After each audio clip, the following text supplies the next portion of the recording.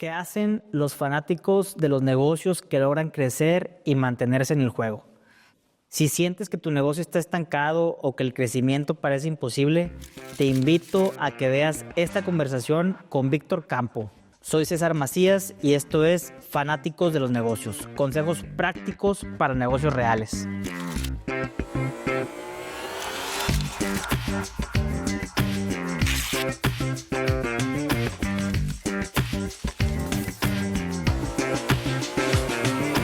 Víctor Campo es un empresario en el ámbito de la salud. Dirige una empresa que está especializada en insumos médicos con especialización en áreas como cardiología, urología y muchas más. Además de esto, dirige una empresa en la que su familia está dentro, lo cual conlleva muchísimos retos. Víctor, gracias por acompañarnos el día de hoy y quisiera preguntarte que nos profundices a qué se dedica tu empresa. Claro, César. Sí, mira, pues ¿qué te puedo decir? Ampar empezó en el 2010, así como yo creo que como hablas de fanáticos de los negocios, en ese sentido, crear un negocio, emprender. Y bueno, empezamos desde algo muy básico en la parte médica. Ampar fue metiéndose en la parte, desde el día uno en la parte médica, en lo que son hipodérmicos, de ciertas medidas. Digo, no me voy a ondear tanto en lo técnico, pero empezamos desde algo muy elemental en el mundo médico a el día de hoy, pues bueno, ya tenemos distribuciones precisamente de fabricantes globales de mucho renombre, pues lo que son trasplantes, lo que son marcapasos, por ejemplo, en la parte de cardiología, stents, en urología, en cardiología, de igual manera. Entonces, pues bueno, ya la empresa ha venido migrando y evidentemente especializándose, ¿no? Yo creo que eso es algo bien importante en el mundo de los negocios, el nivel de especialización y la capacidad de adaptación, ¿no? Y creo que es algo que de una u otra manera nos define mucho ahí en Ampar, ¿no? En Ampar de México es lo que nosotros hacemos, esa parte de distribuciones ya más especializadas vaya la redundancia, por las especialidades que existen en cada ramo de la medicina, ¿no? Sí.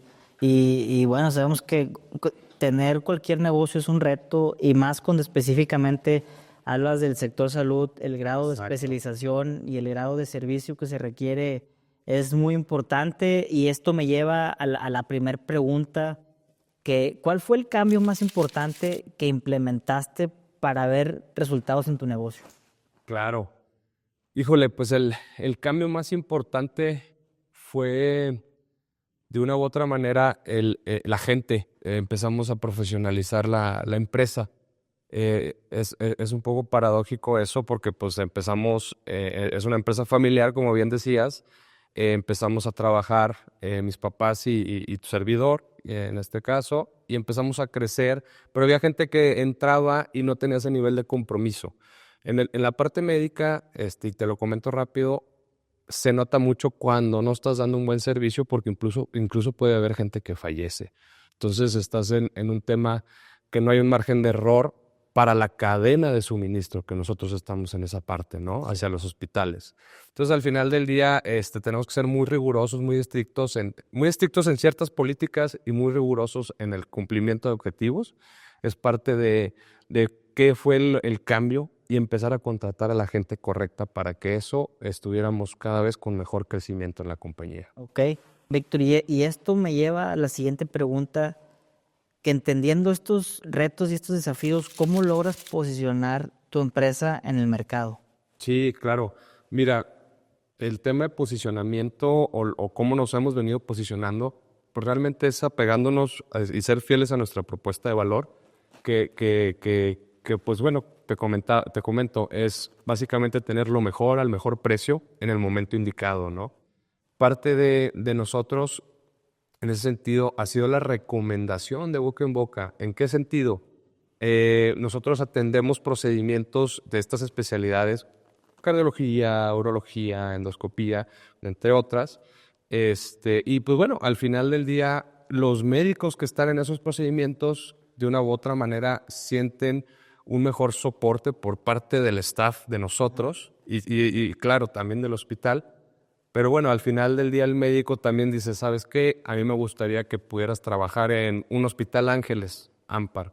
Ampar en Ángeles, ¿por qué? Porque también yo voy y hago procedimientos allá y me gusta cómo trabajas en este lado, ¿no? Entonces, al final del día, ese boca en boca que el médico nos recomiende, pues nos ha dado mucho ese posicionamiento Sí. en la industria, ¿no? Y pues la otra, el posicionamiento es el ser muy constantes. Eso es muy importante, la constancia dentro de la organización en estar entregando siempre al mismo nivel tu propuesta de valor. ¿Cuáles han sido los desafíos o retos con los que se han enfrentado como negocio y cómo han logrado superarlos? Fíjate, te voy a dar un ejemplo de uno de los retos, que es un reto que a mí me gustó mucho, a veces lo considero como de estudio. Te voy a platicar, yo estoy en el ramo médico, farmacéutico, si lo quieres ver, pues COVID. Uno de los retos más grandes fue COVID, el COVID-19. Pues, ¿qué te puedo platicar? Yo creo que todo el mundo vendía cubrebocas. Sí. O sea, el que era restaurantero se hizo ahora vender cubrebocas y vender medicamentos y todo ese rollo, ¿no? Entonces, si lo analizamos de una perspectiva de negocio, vaya, hubo fracturas en las cadenas de suministro. En China estaba cerrada totalmente la aduana para las exportaciones y en México se cierran las importaciones hasta que tuvieras el certificado de los cubrebocas, el certificado NICE, si mal no recuerdo. Entonces, estaba totalmente roto la cadena de suministro. Entonces, al final del día, los cubrebocas, mucha gente, nosotros logramos obviamente hacer importaciones ya por todo el bagaje que veníamos cargando con la empresa, pero luego también los dispositivos de detección rápida para COVID. Uno de los grandes retos que nosotros tuvimos, nosotros trabajamos con Abbott, trabajamos con Biosensor, que son empresas fabricantes de detección de pruebas rápidas, no nada más para COVID, sino de todo tipo, desde hepatitis, VIH, cosas de ese estilo, ¿no? Y uno de los grandes retos era, pues nosotros teníamos que cumplirle a la región, a varios clientes de la región, una demanda diaria de pruebas COVID, y al final del día Abbott mismo no podía cumplir con esa demanda. Y pues era un tema de sindicato, un problema de sindicato también, porque se nos volcaban a nosotros el departamento de compras y decían, oye, es que si tú ya te puse el orden de compra, ya me pusiste los días y no me estás entregando, a ti te voy a cobrar una parte de mis pérdidas, porque el sindicato me está diciendo que yo tengo que pagarle a los trabajadores porque no es un área segura de trabajo y aún así los trabajadores no van a venir a trabajar. Sí. Y uno de nuestros clientes, ¿qué te puedo decir? 5,000 empleados. Entonces estábamos hablando ya de penalizaciones de $20,000 diarias y ya te imaginarás una de las grandes broncas. Entonces, ¿qué empezamos a hacer? Empezamos a hablar precisamente con centros de salud, farmacias del ahorro que tienen sus centros de salud.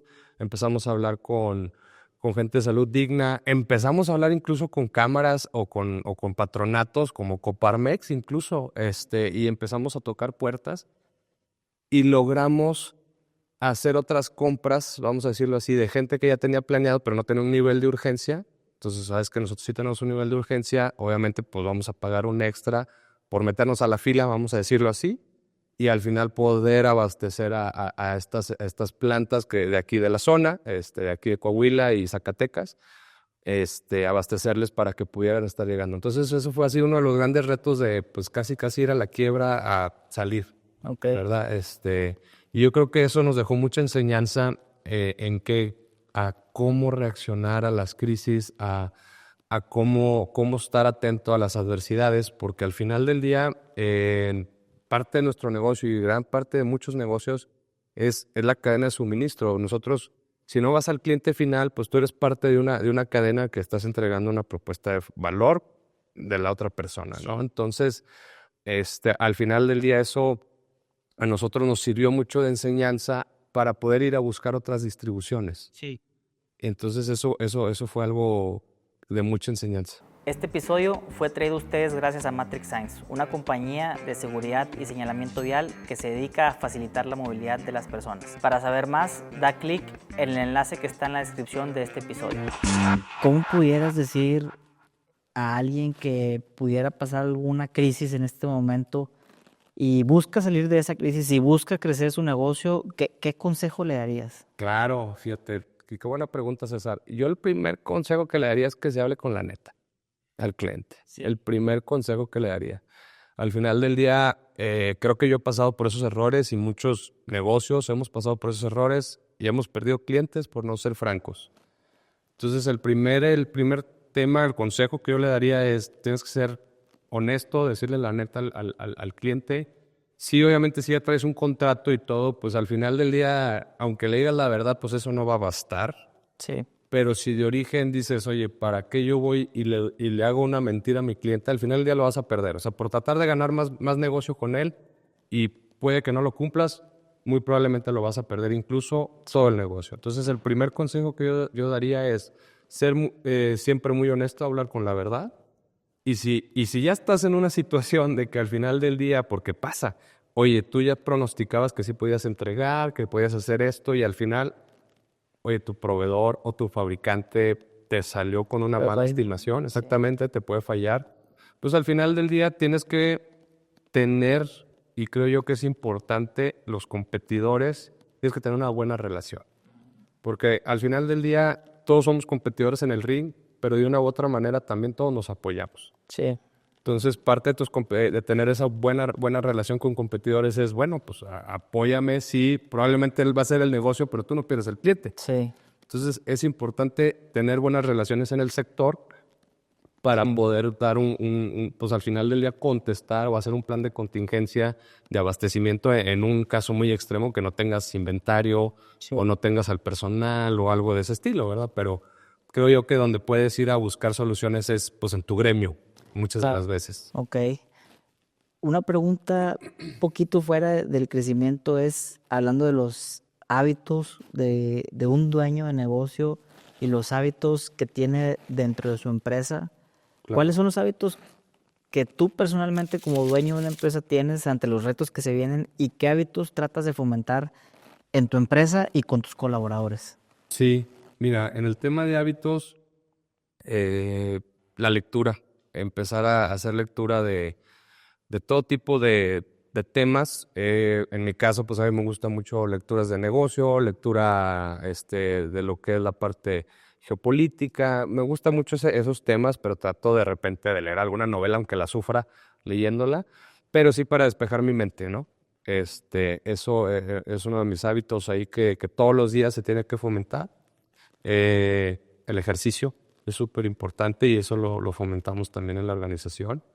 Porque al final del día, de una u otra manera, estamos en el área de la salud y pues si tenemos un staff que no es saludable, pues estamos como que muy contradictorios también en ese tema. Entonces sí buscamos fomentar el ejercicio, es uno de los hábitos, diario, todas las mañanas, la alimentación, aunque sean cosas muy básicas, el tema de alimentación es súper importante. Y el tema de medirse, uno de mis hábitos es pues medirte también con el alcohol, ¿verdad? También. Es importante. Parte de mis actividades como director, si lo quieres ver de esa manera, pues es también relaciones públicas. Entonces tienes que tener mucho cuidado pues te puedes caer en los excesos de, oye, semana gitana, ¿verdad? Como de repente dicen, entonces sí tienes que tener esos cuidados. Claro. Y tienes que rendir, o sea, al final del día el negocio es bien celoso. Sí. Que si tú estás 2-3 días crudote, pues ya valió, se te fueron las liebres, ¿no? Como dicen.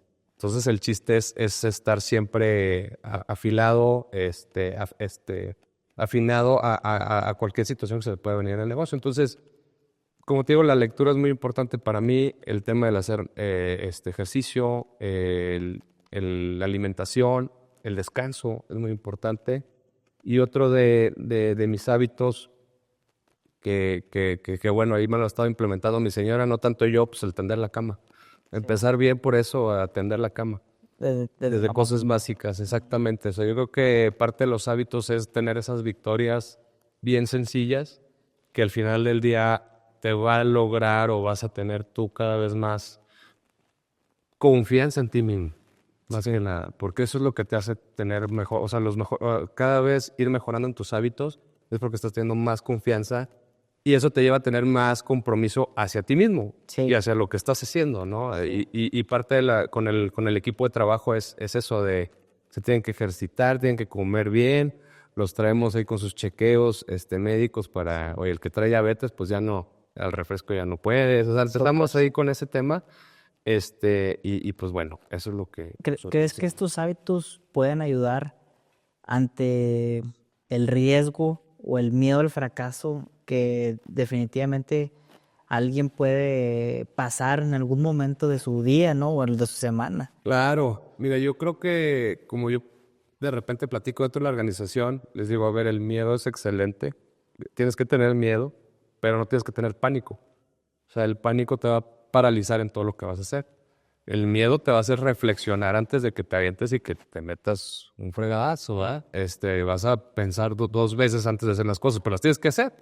Entonces, a lo que yo voy con todo esto, parte del miedo, sí con los hábitos, vas fortaleciendo tu confianza en ti mismo, pero el miedo creo yo que es un compañero en todo lo que haces al final del día. Simplemente no tienes que dejar que te consuma, exactamente. Que no te consuma, sino al contrario. Creo yo que parte del crecimiento es ese. Sí te tienes que ir cada vez metiendo más al mar adentro, cada vez más aguas profundas. Cada vez, pues ya el salvavidas que traes, pues la verdad te traga un tiburón y te traga. Sí. O sea, aunque traigas salvavidas, ¿verdad? Entonces, claro que hay líneas o puntos de no retorno en los negocios. Que dices, bueno, pues si voy a ir aquí, puedo que caiga.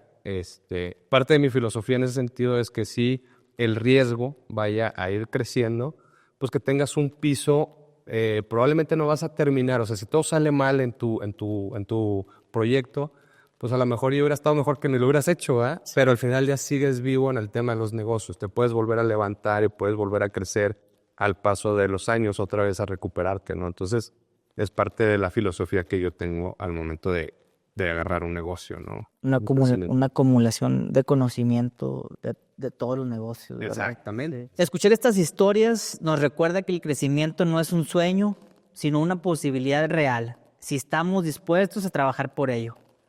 Antes de irte, déjame tus comentarios o preguntas en YouTube o en Spotify. Si te gustó este episodio y crees que puede ayudar a más personas, califícanos con 5 estrellas y compártelo con tus amigos para que más personas construyamos una comunidad enorme de fanáticos de los negocios.